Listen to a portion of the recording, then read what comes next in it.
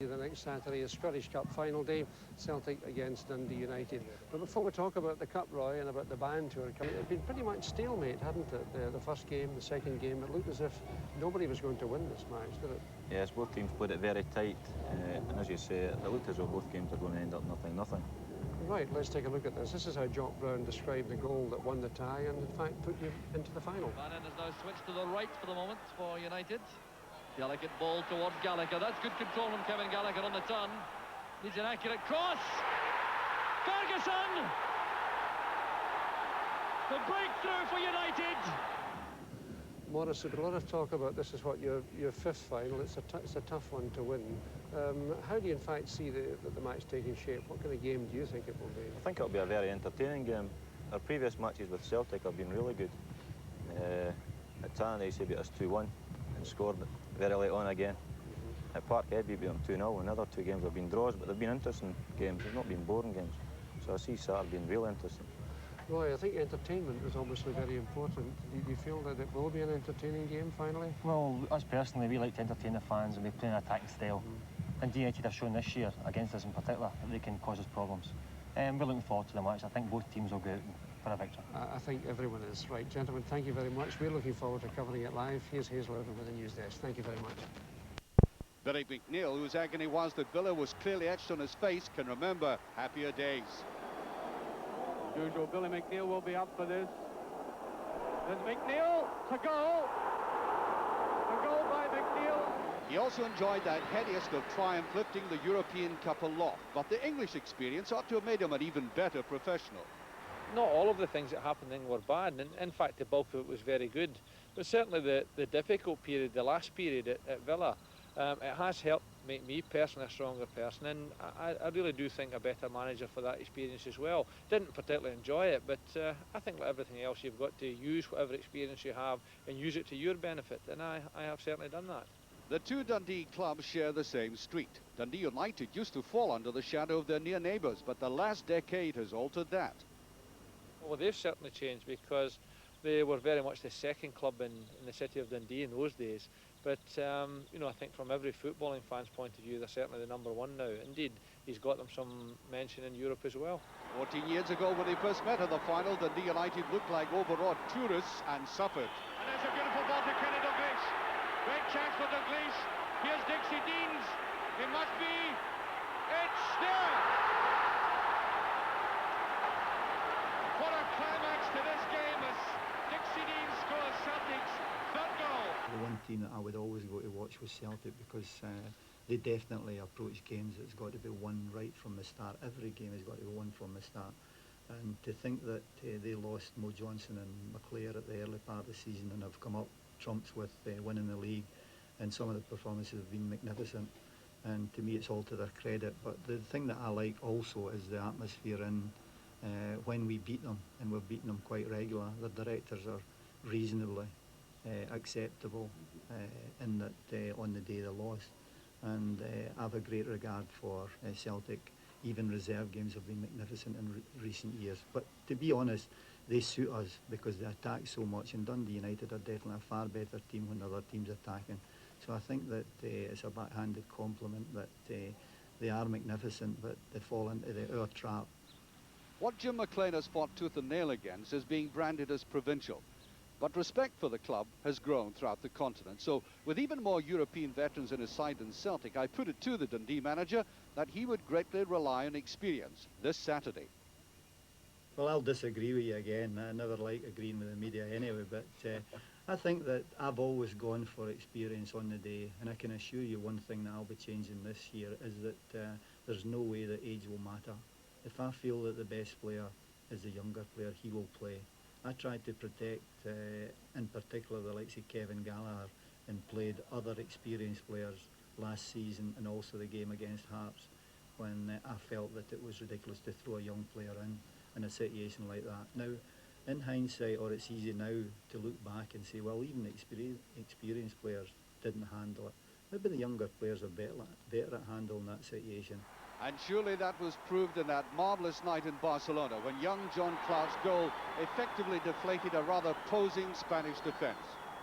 United's young men had come of age. Well, I think the middle of the midfield is a vital area. Paul McStay does it for Celtic, Jimmy McInally does it for us, and that's the battle. Jimmy, and I hope it continues, he's played very well against Paul McStay in the previous meetings, possibly because he knows him well from his days at Celtic Park. I hope we get a very good display from Billy Thompson in the goals, because if the goalkeeper plays well, he takes catches well and has a couple of saves, the confidence just seeps through the whole team. So those two vital areas, and possibly Kevin Gallagher up front, if he can get running at defences and score a goal, that'd be fabulous. You feel the scenario for Celtic's centenary year has been written with a climax of league and cup double in mind, but as always there's a danger of complacency. There's great danger, actually, if we accept that everything's going to fall in order for us. We won the league simply because we prepared very, very well for individual games. We're left in a season to prepare for one game that's particularly special to us. We won't make any mistakes in our preparation, and hopefully we will prepare well enough and give a good enough performance to win the cup on Saturday. We won't be complacent, and we won't go to Hampden expecting to win. We'll go there knowing that we need to demand to win by our performance. Jim McLean would never claim the qualities of a King Canute, but stemming some aggressive tides has made him Britain's longest-serving manager of 17 years' duration and produced in him a painstaking candour. We have always sold ourselves short, and that has been done by myself, not being prepared to even go along to Rotary clubs and actually put Dundee United's name forward. Okay, I'm putting Jim McLean's name forward as well, but the most important thing is that we have definitely sold ourselves short. But last season was a magnificent experience for me, and the attention the media gave us, and actually the backing the media gave us in the 2 cup finals was magnificent, and I really enjoyed it last year, and I don't see any difference this year. Celtic Dundee United, live coverage of the big Hampden Park match for Scottish viewers on Saturday. Now normally Celtic and Dundee United have seldom let the fans down in the entertainment stakes, and tomorrow before a capacity crowd they should more than make up for last year's disappointing affair. With the league champions going for a centenary year double, United are obviously the underdogs, and their build-up has been in sharp contrast with their rivals. As the Parkhead men headed for Sea Mill to be single-minded about winning the cup, the inward at Tannadice this week has been relax. It's been training as usual for Dundee United, with manager Jim McLean practicing what he's been preaching by enjoying himself in light-hearted routines with the first-team squad. With Eamonn Bannon fully recovered from a bad knock, there are no injury worries, and the only problem has been who to play up front. But even with that slight uncertainty on his mind, McLean is convinced his team can put the Hampden hoodoo behind them this year and lift the cup at their 5th attempt. Well, I think that we should get it for regular attendance, actually, but I doubt if we'll get it that way. I feel that the injuries we had in the earlier part of the season, with so many exceptional players injured, they've really, now in my opinion, they're very, very fresh, and they're running into form at the right time, because the trophies are handed out at the end of the year, and last year we found to our cost that too many games we were out on our feet. I think in the final at in particular Hampden, that was a disgraceful display for whatever reason, but they definitely looked very tired that day, and with having half a season rest this year, I see no reason why that we can't beat Celtic. Another reason is that our form and the results in past years against Celtic are completely exceptional. I don't think any provincial club has anything like the record that we've got against Celtic. So you're happier that you're playing a team like Celtic rather than a team like St Mirren as you faced last season, where you were such strong favourites? I've got to be honest, I would honestly be rather facing St Mirren this year with the players in the present frame of mind and as fresh as they are. But we're not in any way scared of Celtic, and I'm sure Celtic are not scared of Dundee United. Our players love playing Celtic because they're suitable to the way they play is very suitable to Dundee United, because they attack you all the time. So I think it'll be a great final, and we've definitely got a very good chance of lifting the trophy this year, I'm certain. Over the years, 4 Dundee United skippers have gone to Hampden and failed to experience the thrill of collecting the trophy. This year, international fullback Maurice Malpas has a chance to make the history books. We're going to play as a team on Saturday, that's what I'm thinking. And when I do go up for a cup, then I'll think, well, I'm the first skipper. At the moment, I'm not thinking about that. You've obviously experienced the disappointments of defeat in the past. What makes you feel you can do it this season? I think we've learned from the past experiences. We played against Celtic in the Scottish Cup before and played well for 70 minutes. Went 1-0 up and then stopped playing. So we learned from that, and last year was just one of these occasions when we didn't play. So this year we're just going to go out and enjoy ourselves and play. For one man in the United camp, Hampden holds no terrors. Coach Jimmy Bowen has been there on 4 big occasions and each time has been on the winning side. Last year helping St Mirren beat Dundee United 1-0 in the final. So what does he see as the Hampden secret? I think the biggest thing you've got to do when you go to these big games is, I think, if you can relax and get yourself as close to your normal game as that you possibly can. I think the team on the day that has as many players that do that, they're normally the ones that win. What makes you feel that United can do it this season? Well, I think they'll have learnt a lot from being the favourites last year and the extra pressures on them. And I think this year we're going in and we'll be going in with an attitude that we're going to win, and everything's positive about the build-up to the final. And I just think we'll do it on the day. A tremendous feeling of confidence in the Dundee United camp, with everyone convinced that Hampden nightmares like these will all be forgotten. Jimmy Johnston.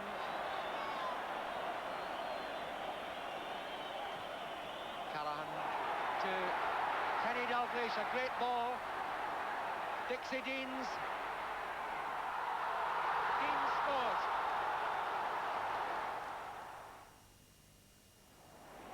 Good start from Krupa. Donald wants it inside the fullback. John McDonald. A superb goal from John McDonald.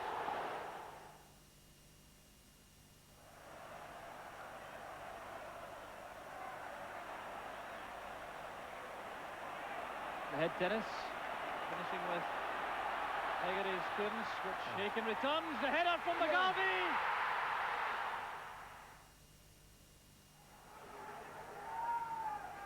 Billy Abercrombie. Good bit of control from Hamilton. That's for Ferguson. He's away from Clark. A chance for St Mirren. There it is! Ian Ferguson!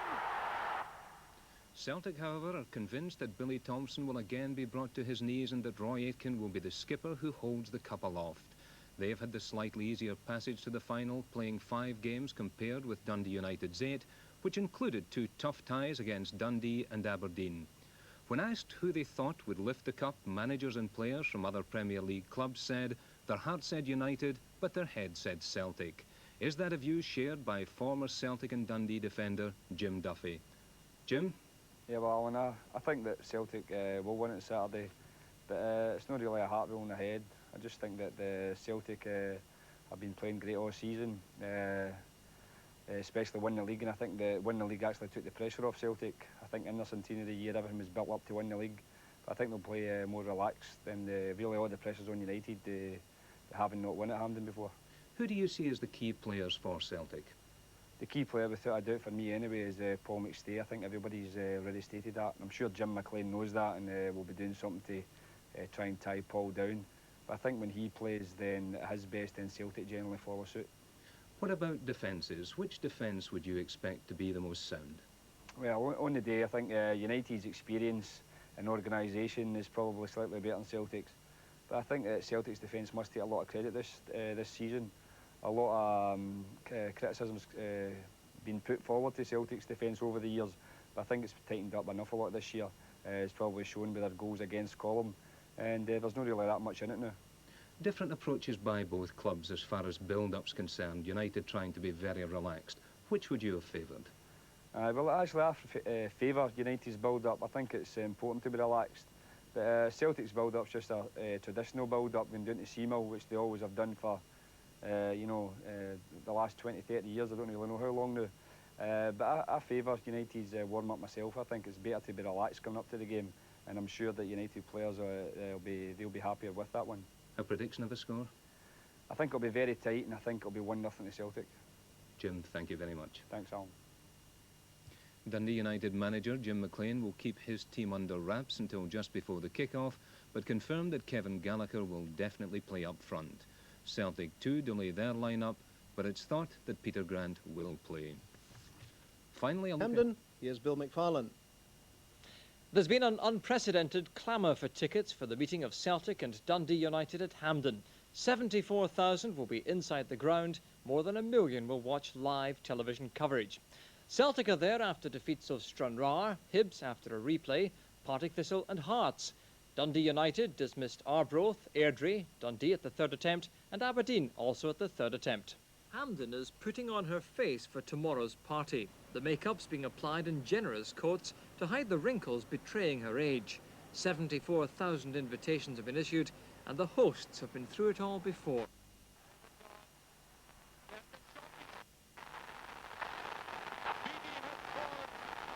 Is this a bit of history?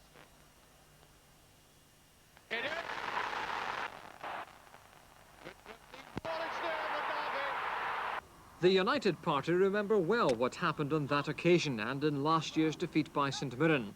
But there's a strange sense of calm as Jim McLean approaches his 5th final. Really, realistically, I want a victory at Hampden for the first of all, the players, in particular the Naries, Hegartys and Paul Sturrock and Eamonn Bannon.